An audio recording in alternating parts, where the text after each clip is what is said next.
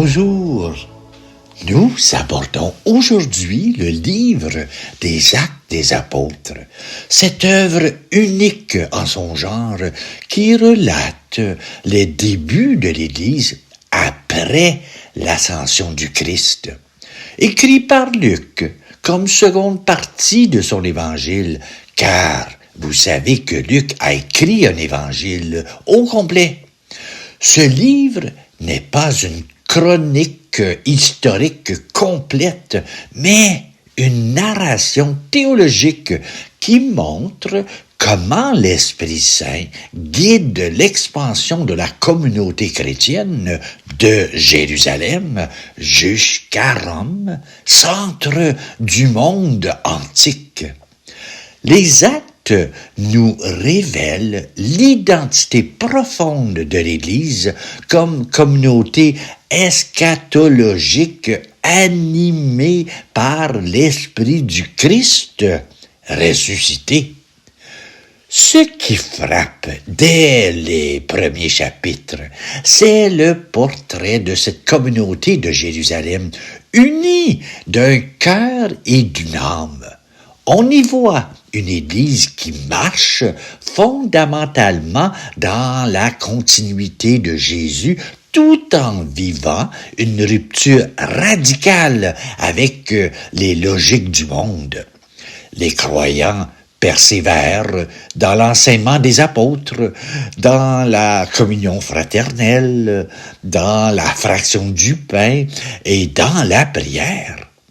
Le partage volontaire des biens, comme l'histoire d'Ananias et de Saphira le montre avec force, n'est pas un simple socialisme, mais un signe concret du règne de l'Esprit, où plus personne ne manque de l'essentiel.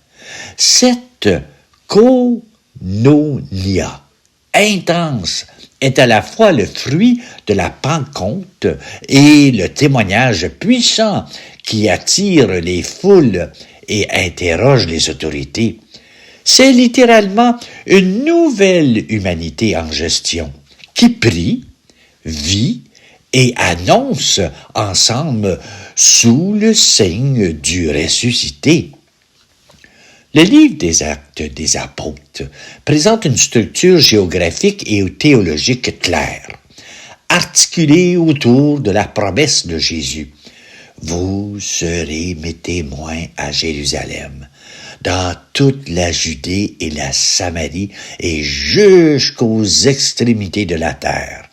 On voit cela en Actes chapitre 1, verset 8. La première partie, chapitre 1 à 7, décrit la communauté de Jérusalem. La deuxième partie, chapitre 8 à 12, montre l'expansion en Judée-Samarie avec l'entrée des Samaritains et des païens. La troisième partie, chapitre 13 à 28, suit les missions pauliniennes de Paul jusqu'à Rome. Cette progression manifeste l'universalisme du salut et le dépassement progressif des particularismes juifs. Cette progression géographique est rythmée par des événements décisifs et des figures pivots qui incarnent le passage d'une étape à l'autre. Chaque seuil franchi, l'effusion de l'Esprit à la Pentecôte, la persécution qui disperse les croyants, la vision de Pierre chez Corneille, l'appel de Barnabé et Saul, est suscité par l'initiative de l'Esprit Saint. Luc ne raconte pas seulement une expansion, il montre comment l'Église, parfois hésitante, se laisse conduire au-delà de ses frontières naturelles, tant mentales que culturelles. Ce plan n'est donc pas qu'un itinéraire géographique. C'est une révélation en acte de la portée universelle de la résurrection où l'Esprit reconstruit les barrières pour créer un peuple nouveau, non plus fondé sur la loi ou l'origine, mais sur la réponse de la foi et le don de l'Esprit. L'événement de la Pentecôte, en Actes chapitre 12, constitue la naissance publique de l'Église. La descente de l'Esprit, sous forme de langue de feu, accomplit la promesse de Jésus et transforme les disciples craintifs en témoins audacieux. Le don des langues symbolise l'universalisme de la mission. L'Évangile est destiné à toutes les nations. Le discours de Pierre, premier kérigme apostolique, présente Jésus comme le Messie crucifié et ressuscité, accomplissement des prophéties. Les 3000 baptisés ce jour-là manifestent la fécondité de la parole apostolique animée par l'Esprit. Mais la Pentecôte, c'est aussi l'instant où la promesse devient expérience personnelle pour la foule rassemblée. La question bouleversée des auditeurs, que devons-nous faire, montre que l'Esprit travaille déjà les cœurs. La réponse de Pierre est claire. Conversion, baptême au nom de Jésus et réception du don de l'Esprit. Ce schéma devient le modèle de toute entrée dans la communauté. Dès lors, la vie de l'Église n'est pas seulement fondée sur un souvenir ou un enseignement, mais sur une présence dynamique et transformative. Le récit ne s'arrête pas au baptême des 3000. Il se poursuit en montrant comment cette même force les rassemble aussitôt dans l'enseignement, la communion, la fraction du pain et la prière. La Pentecôte n'est donc pas un miracle isolé, c'est le principe interne et la source permanente qui va animer leur vie commune et leur courage missionnaire. Le souffle qui a rempli la maison, c'est maintenant celui qui souffle dans toute leur existence. Le tableau idyllique de la première communauté, donc Actes des Apôtres, chapitre 2, versets 42 à 47 et chapitre 4, versets 32 à 35, présente 4 piliers fondamentaux. L'enseignement des apôtres, la communion fraternelle, koinonia, la fraction du pain, Eucharistie, et la prière. Le partage des biens, volontaire et non coercif, exprime la profonde unité des cœurs. Ces sommaires lucaniennes décrivent moins une organisation parfaite qu'un idéal eschatologique où l'Esprit crée une nouvelle qualité de relations humaines, anticipation de la Jérusalem céleste. Ce modèle fondateur, cependant, n'est pas présenté comme un dogme rigide ou un système économique. C'est plutôt la tradition concrète et visible d'une réalité intérieure. L'Esprit Saint, qui est amour, crée naturellement des liens d'amour fraternel. Luc insiste sur la joie et la simplicité de cœur qui caractérise cette communauté. Mais cette unité profonde, cet être un seul cœur et une seule âme, est aussi ce qui va la rendre vulnérable, comme le montre l'épisode d'Ananias et Saphira.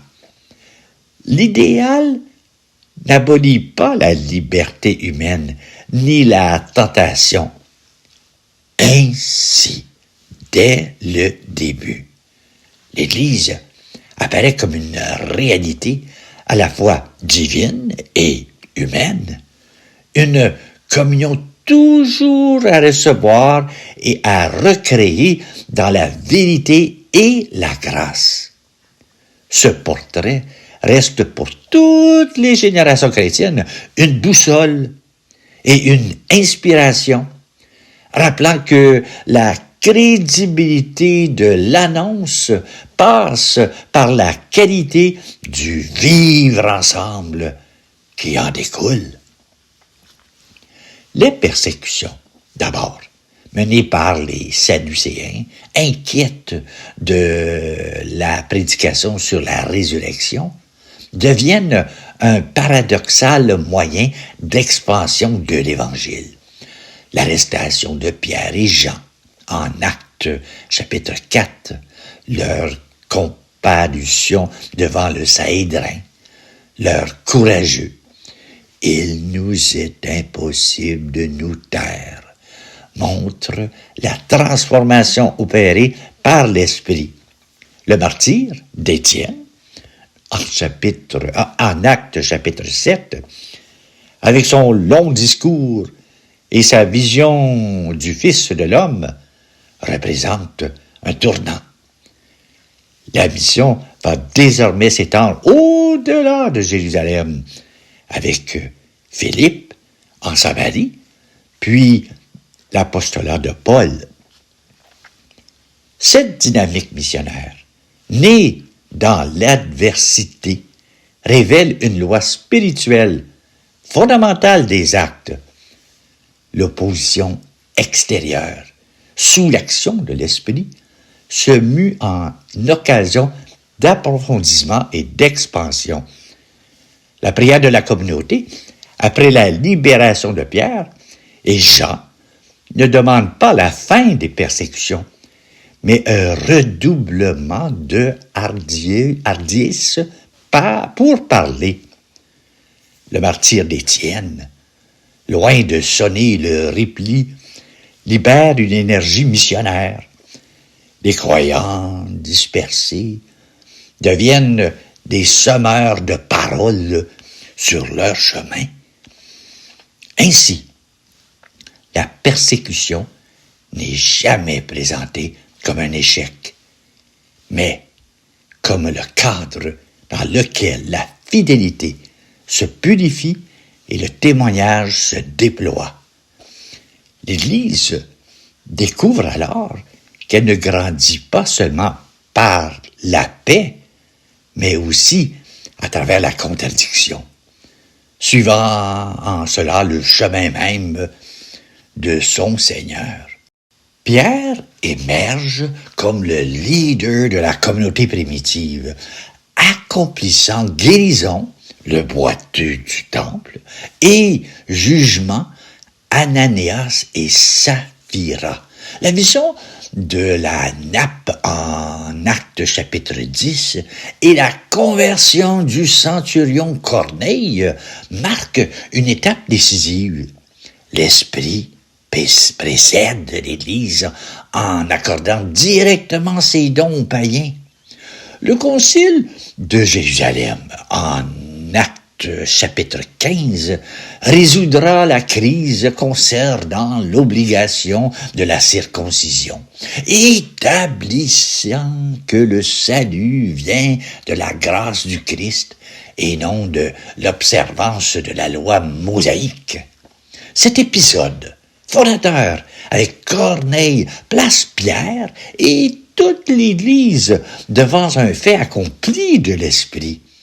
il ne s'agit plus d'un simple assouplissement des règles, mais refonte de l'identité communautaire.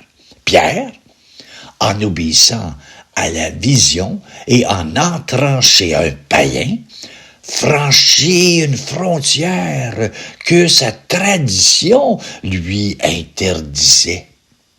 Le baptême de Corneille et sa réception de l'esprit avant même la circoncision imposent une lecture renversante des signes. La pureté rituelle est dépassée par la pureté du cœur donnée par la foi. La décision du Concile de Jérusalem entérine ce virage théologique monumental. Dès lors, l'unité de l'Église ne repose plus sur une culture ou une loi commune, mais sur l'accueil partagé d'un même Seigneur et d'un même Esprit. Pierre, le pécheur galiléen, devient ainsi l'instrument clé de cette ouverture, garantissant par son autorité que cette inclusion des nations n'est pas une déviation, mais l'accomplissement même du dessein de Dieu.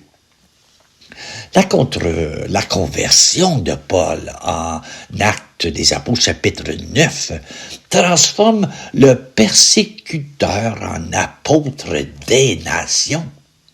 Ces 3 voyages missionnaires le conduisent en Asie mineure, en Grèce et finalement à Rome.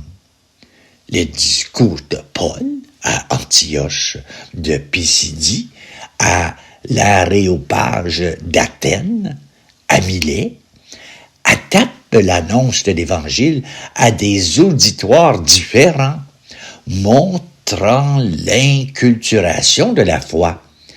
Ces emprisonnements et comparutions deviennent des occasions de témoignage devant les autorités. Le livre s'achève sur Paul prêchant à Rome en toute assurance, signe que l'Évangile a atteint le centre du monde connu. Mais cette arrivée à Rome nous escorte et emprisonnier est tout sauf un échec aux yeux de Luc. Au contraire, elle illustre la manière paradoxale dont que l'esprit utilise les contraintes humaines, les arrestations, les procès, les naufrages, pour accomplir la promesse géographique de Jésus. Le témoignage de Paul, en toute assurance, depuis sa location louée, à la fois captif et libre, résume toute sa mission. L'Évangile n'est plus confiné à un territoire ou à un peuple. Il circule désormais comme une parole souveraine qui traverse et subvertit les structures du monde. Paul, le citoyen romain, devient ainsi le symbole vivant de cette nouvelle universalité. La parole n'est plus enracinée dans un lieu saint, mais elle est en mouvement, portée par des témoins jusqu'aux extrémités de la terre, fondant une communauté sans frontières. Les actes montrent l'émergence progressive des ministères. Les 12 assurent la continuité avec Jésus historique. Les 7, les diacres, sont institués pour le service des tables. Les anciens, les presbytres, structurent les communautés locales. L'imposition des mains manifeste la transmission de l'autorité dans l'esprit. Cette organisation souple et adapté contraste avec les structures rigides des communautés esséniennes ou des synagogues, montrant la créativité de l'esprit dans l'éducation de l'Église. Cette diversité de ministères, toujours ordonnée à la communion et à la mission, révèle un principe essentiel. La structure naît du besoin et de la vie de l'esprit. L'institution des sept, par exemple, n'est pas une création administrative froide. Elle répond à une tension réelle dans la communauté et permet aux apôtres de recentrer leur mystère sur la prière et la parole. De même, l'établissement d'anciens dans les jeunes églises fondées par Paul n'est pas un copiage des synagogues, mais la mise en place d'un leadership local et reconnu, capable de paître la communauté et de la préserver après le départ du missionnaire. L'imposition des mains, gestes de bénédiction et de transmission montre que ces services ne sont pas de simples fonctions humaines. Ils sont des dons de l'Esprit pour l'identification de tous. Ainsi, l'organisation n'est jamais une fin en soi. Elle est le signe d'une communauté vivante qui se structure pour mieux servir et mieux témoigner. La communauté des actes offre un modèle toujours actuel. Une Église unie dans la diversité, courageuse dans l'annonce, solidaire dans le partage, offerte aux surprises de l'Esprit. Son expérience nous rappelle que l'Église n'est pas d'abord une institution, mais une communion vivante, animée par l'Esprit du Christ ressuscité. Ainsi, ce modèle ne nous demande pas une imitation archéologique, mais une fidélité créatrice à son élan fondateur. Il nous invite plutôt à discerner dans nos contextes si différents comment incarner aujourd'hui cette même koinonia, cette même priorité donnée à la prière et à la parole, et cette même disponibilité au chemin imprévu de l'Esprit. Car la première communauté reste une source et non un moule. Elle nous rappelle avec force que la vitalité de l'Église ne dépend pas de ses programmes, mais de la présence agissante du Christ ressuscité au milieu des siens, les poussant sans cesse à sortir, à partager et à témoigner avec une joyeuse assurance. Le livre des Actes ne s'achève pas vraiment. Il s'interrompt sur Paul annonçant l'Évangile à Rome, signe que la mission continue jusqu'à la parousie. L'Église reste fondamentalement apostolique, envoyée jusqu'aux extrémités du monde. Et chaque jour, le Seigneur adjoigna à la communauté ceux qui trouvaient le salut. On voit ça en Actes chapitre 2, 47. Cette sortie n'est pas une option, mais son identité même. Héritier du Christ qui envoie ses disciples. Cette dynamique de la sortie se vit d'abord dans un témoignage personnel transformé par l'Esprit. Comme Pierre, et Jean devant le Cédrin. Il s'agit de rendre compte de l'espérance qui est en nous, avec assurance et douceur.